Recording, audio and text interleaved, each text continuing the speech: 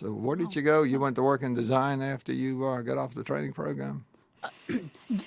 Yes, for a period, and then, like I said, I moved to geotechnical. Yes. And as I was at the materials lab then, I got to do drilled shafts. I got to go Yeah, down in the drilled shafts that were constructed for Georgia 400. Yeah. Where the building goes, where the road goes under the building now. Right, yeah. I actually was able to go down in those drilled shafts. What was that like?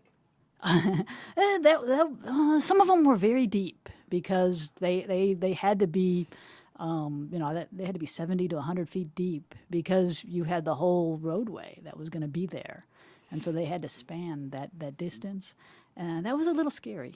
That was very unique construction, as I recall, in those days, to tunnel under the existing buildings in the Buckhead area. So I remember you coming to the lab in geotechnical. How many years did you spend there at Geotech before you moved on? About 7 years, and I got to do the first wet drilled shafts that we had in Georgia on the coast on the Talmadge Bridge in Savannah. Yeah. I was over the construction of those. So where did you go after you left the materials office?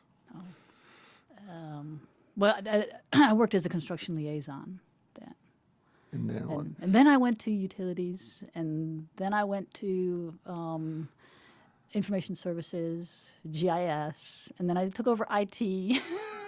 I had a lot of varied things.